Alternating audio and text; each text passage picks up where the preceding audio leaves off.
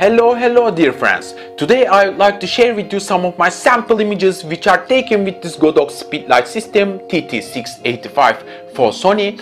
I use the body Sony a6000 and the lens is Sigma 30mm f1.4 DCDN lens, which is one of my favorite. It is this combination is recording me right now.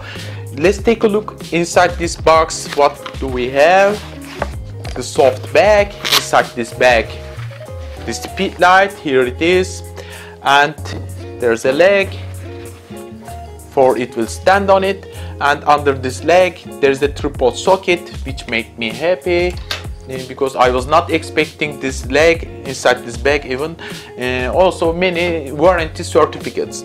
And let's take a look of this Speedlight. This is a genius Speedlight, I can say you. I'm not the professional photographer, but I get really tech sharp photos with this Speedlight. It does all the maths, measure everything. Just I push the shutter button, that's it. I get the correct exposure with tech sharp photos, images. If you find this video useful, please don't forget to give it a thumbs up. Thanks for watching. Bye.